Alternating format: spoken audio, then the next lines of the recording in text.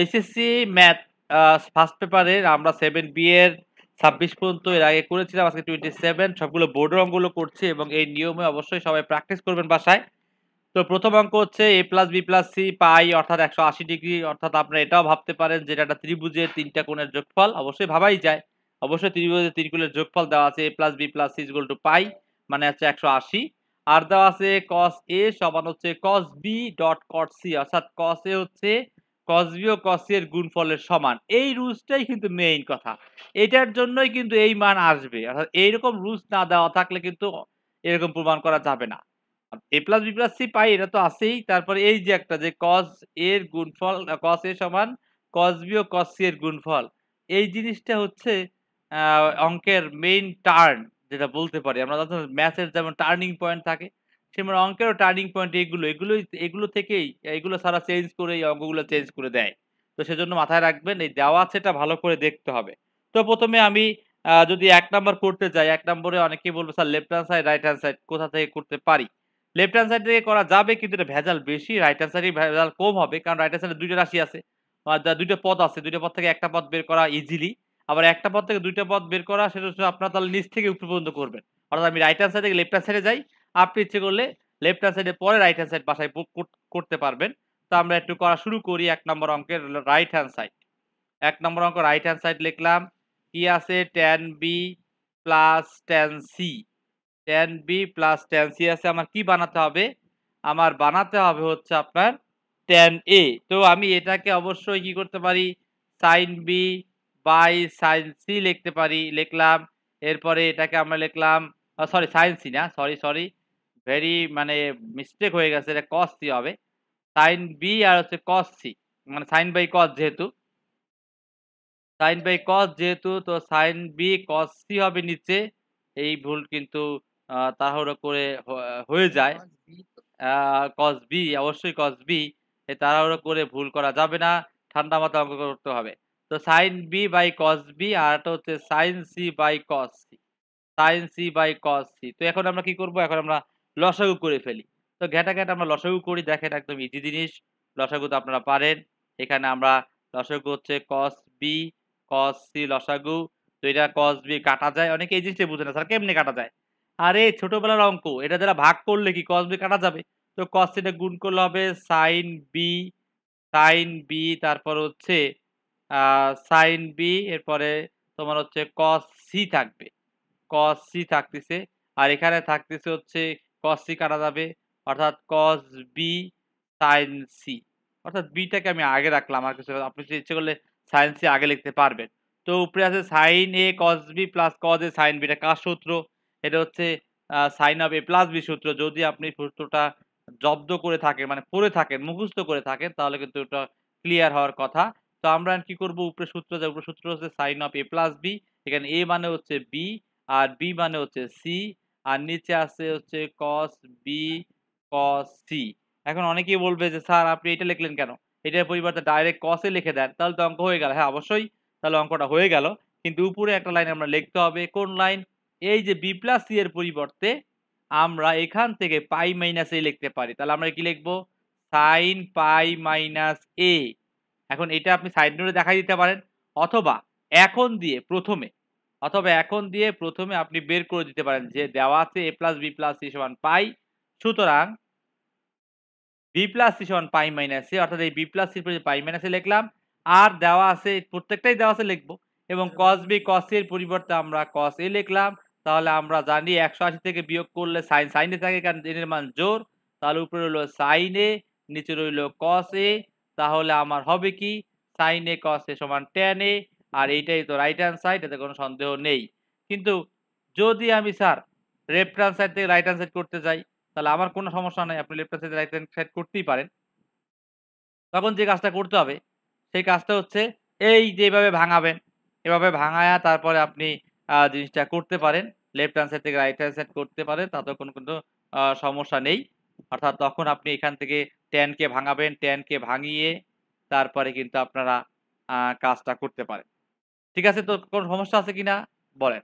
না বুঝে থাকেন আবার বলতেছি যে আমার এই দেওয়া আছে এটা লিখবো, যেটা মনে আমি করলাম। দেওয়া আছে লিখবো a plus b plus c সমান পাই। তার মানে বি প্লাস সি রেখে দিলে এটা ভিতরে মাইনাস হয়ে যাবে। তার মানে বি প্লাস সি সমান পাই মাইনাস এ। তো এই যে বি প্লাস সি এর পরিবর্তে আমি পাই মাইনাস এ লিখলাম। আর আমরা জানি পাই মাইনাস থিটা হচ্ছে সাইন থিটা, কারণ এখানে এন এর মান হচ্ছে 2, কারণ পাই হচ্ছে 180।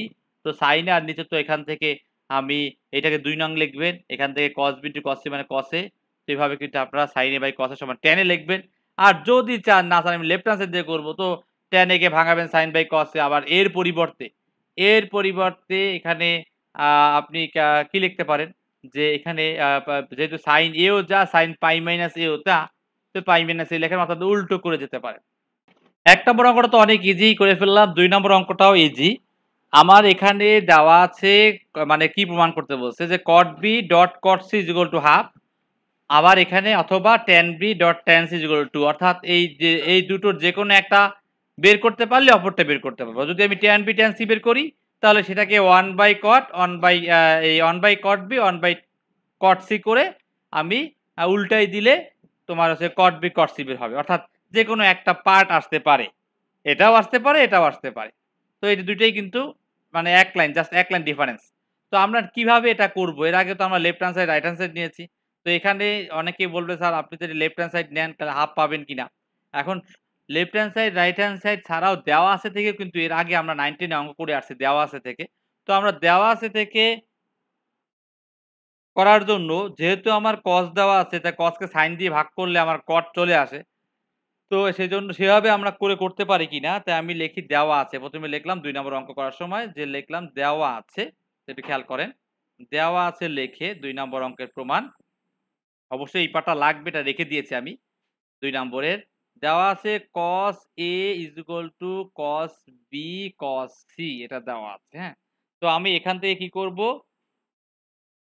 এই যে A আছে, এর পরিবর্তে আমি এই যে মানটা বসাই দিব। অর্থাৎ এর মানের পরিবর্তে আমরা যদি এটা রেখে দেই তাহলে ওই পাশে পাঠাই দিলে কি হবে? ওই পাশে পাঠাই দিলে আমার B + C আসবে। তো আমার এটা এভাবে লিখতে পারি যে cos A এর পরিবর্তে আমি লিখতে পারি পাই মাইনাস B + C। কেন লিখলাম? এর ব্যাখ্যাটা বলছি একটু পরে। আমরা এটা লিখে নেই। এরপরে cos B cos C একটু। এরপরে আমরা যে কাজটা করব এটা কোন ঘরে পড়ে? কোন ঘরে পড়ে এটা হচ্ছে যে, তো আমরা এরপর কি করতেছি, এটা হচ্ছে পাই মাইনাস থিটা অর্থাৎ মাইনাস cos থিটা হয়, কারণ দ্বিতীয় ঘরে cos হচ্ছে নেগেটিভ। তো এটা দ্বিতীয় ঘরে পড়ে।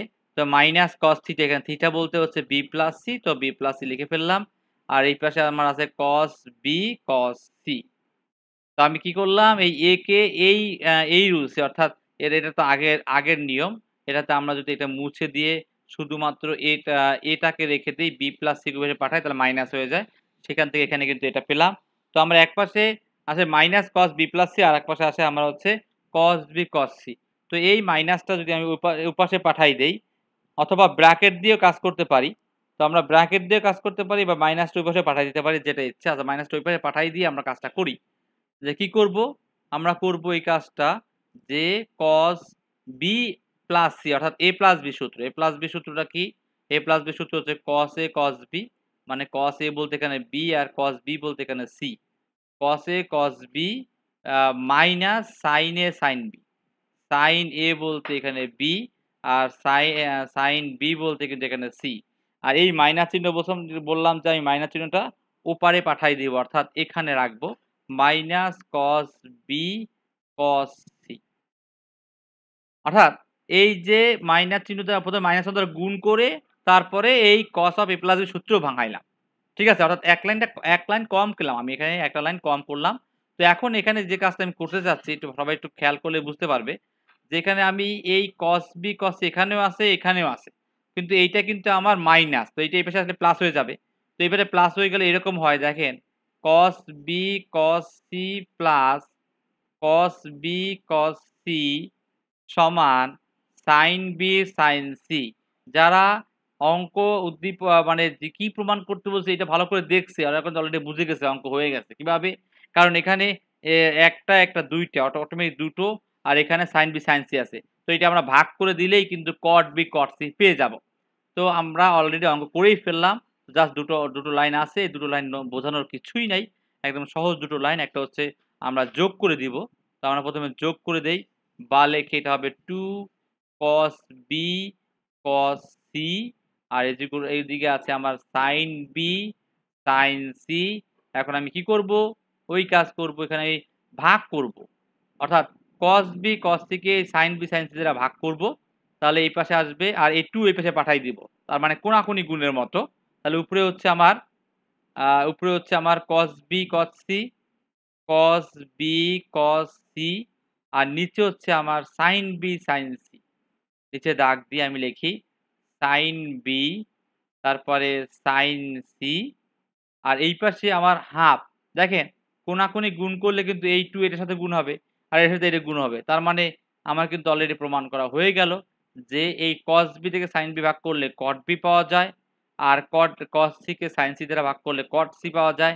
তো যেহেতু একটা প্রমাণ হয়ে গেল, তো অপরটা কিন্তু আপনারা নিজেরাই পারবেন, কারণ এটাকে cot b কে 1/tan b লিখবেন, cot c কে 1/tan c লিখবেন, এরপরে উল্টাই দিবেন, তারপর কিন্তু এইটা পেয়ে যাবেন। তো এইটা আমি করাচ্ছি না, এটা বাসার কাজ, বাসায় আপনারা করবেন, দেখেন বুঝেন কিনা, কোনো প্রশ্ন আছে কিনা। একই নিয়মে আমরা যেভাবে 27 করছি 27 নম্বরের মতো একই নিয়মে আপনারা বাসায় এটা করবেন 28 নম্বর অঙ্কটা। এই অঙ্কটা হচ্ছে a plus b plus c সমান পাই ছিল এর আগে, তার মানে ত্রিভুজের 3 কোণের সমষ্টি 180, আর এখানে ত্রিভুজটাই বলা আছে।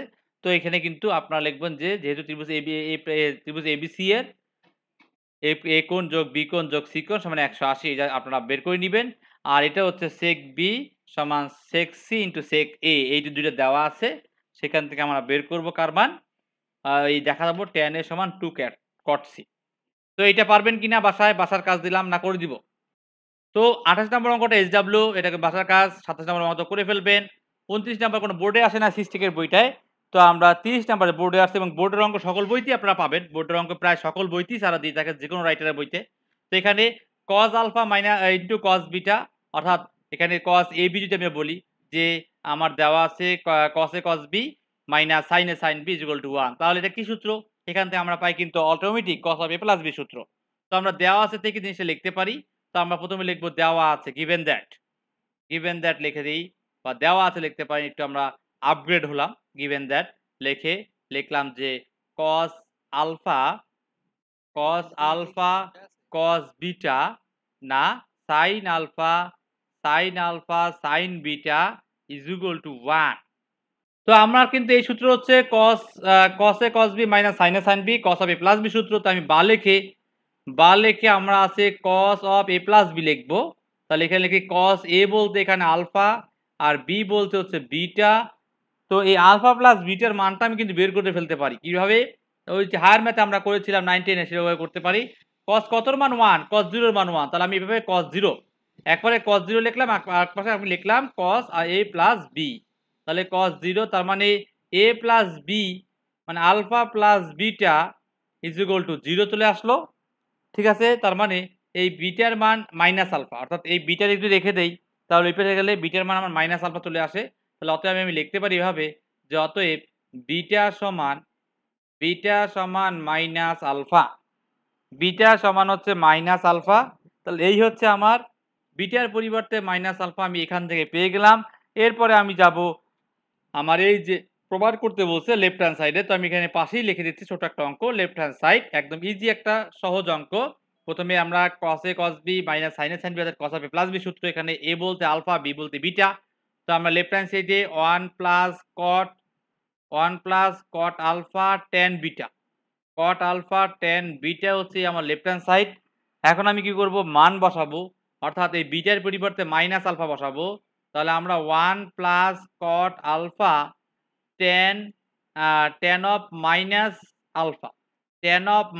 আলফা, অনেকে প্রশ্ন করবে স্যার আপনি বিটাকে মাইনাস আলফা কেন বানালেন, আপনি আলফাকেও তো মাইনাস বিটা বানাতে পারতেন। হ্যাঁ পারতাম, তা তো সমস্যা নাই, একই অঙ্ক আসবে, একই রেজাল্ট আসবে, এই নিয়ে আসলে কোনো প্যারা নেওয়ার কিছু নেই, একই জিনিস। তো আমি এরপর কি করব, এই tan অফ মাইনাস থিটা মানে হচ্ছে minus tan theta, tan of minus theta মানে হচ্ছে মাইনাস ট্যান থিটা। তো সেজন্য আমি যে কাজটা করব, তো এটা এই মাইনাসটা সামনে চলে আসলো, তার মানে 1 মাইনাস cot আলফা আর tan আলফা। আর আমরা জানি cot theta into tan theta is equal to 1, কারণ এখানে 1/cot আর লিখলাম না, কারণ এটা মানে হচ্ছে কি 1। তো এটার 1, তাহলে 1 মাইনাস 1 ইজ ইকুয়াল টু 0, কারণ আপনারা এখন ইন্টারে পড়তেছেন, এখন ওই আগের মতো আর ভাঙানোর দরকার নেই।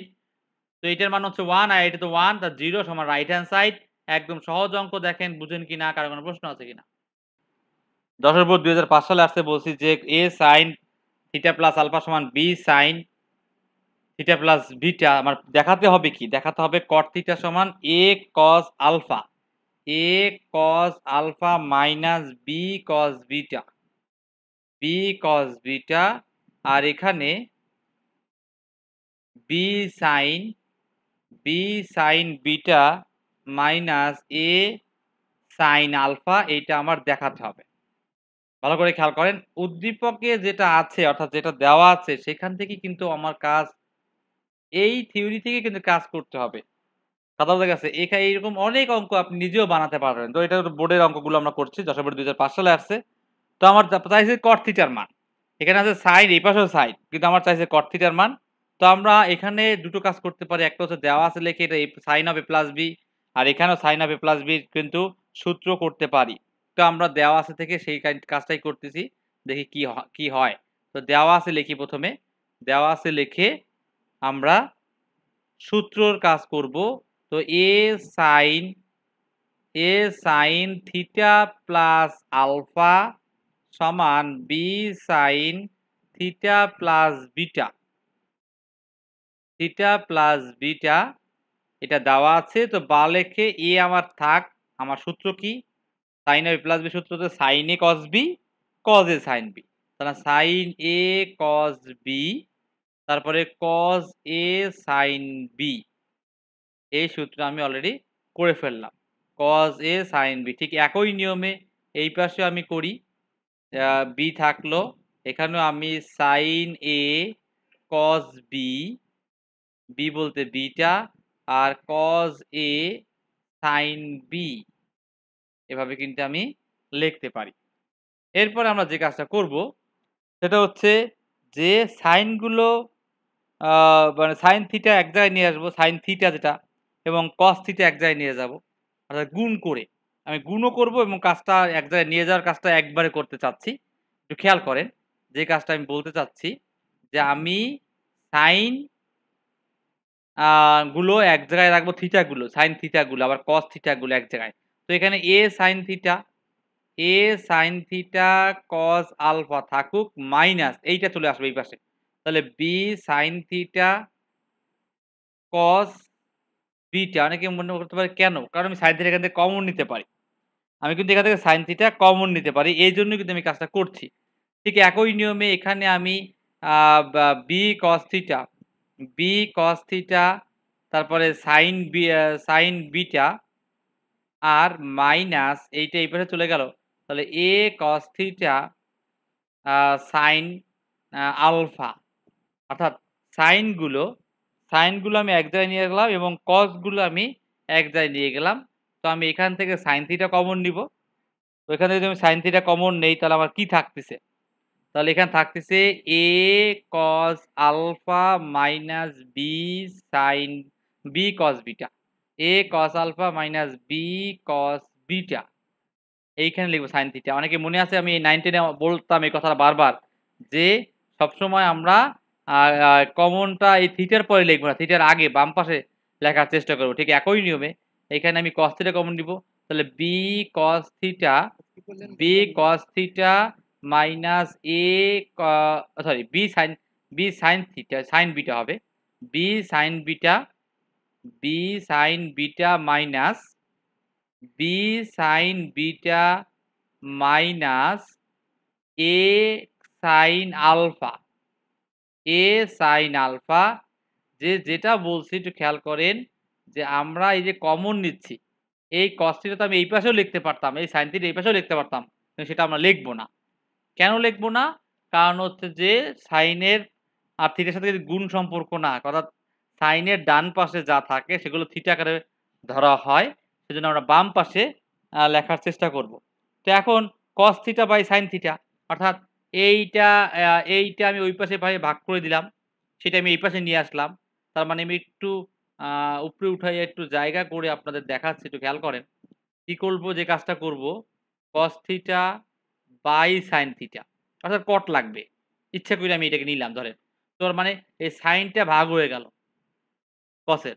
আর এইটা যে ভাগ হয়ে যাবে, তাহলে উপরে থাকলে কেউ উপরে থাকলো a cos alpha minus b cos beta, আবার নিচে থাকলো কি b sin beta minus a sin alpha. তো অলরেডি আপনারা বুঝতেই পারছেন অঙ্ক কিন্তু হয়ে গেল। আর এইটার পরিবর্তে আপনারা তো এমনি এখন কট লিখতে পারবেন। তো অতএব কট লিখে দিবেন, তারপরে অ্যান্সার হয়ে গেল। তাই অতএব কট থিটা সমান এইটা অর্থাৎ রাইট হ্যান্ড সাইডে যেটা আছে সেটা লিখে দিব যে a cos alpha minus b cos beta, আর নিচে হচ্ছে b sin beta minus a sin alpha. এইটাই আমার দেখাতে বলছে বা প্রমাণ করতে বলছে, যেটাই বলবে সেটা কিন্তু আমরা করে ফেলতে পারবো। দেখেন এখানে আমি এখানে এইটা নিচে নিচে নেমে গেছে, তো আমি এটাকে একটু উপরে সুন্দর করে লিখে দিচ্ছি সাইন আলফা। দেখেন কোনো প্রশ্ন আছে কিনা? প্রশ্ন থাকলে প্রশ্ন করেন। তো সবাই ভালো থাকবেন, সুস্থ থাকবেন। আজকে এ পর্যন্তই।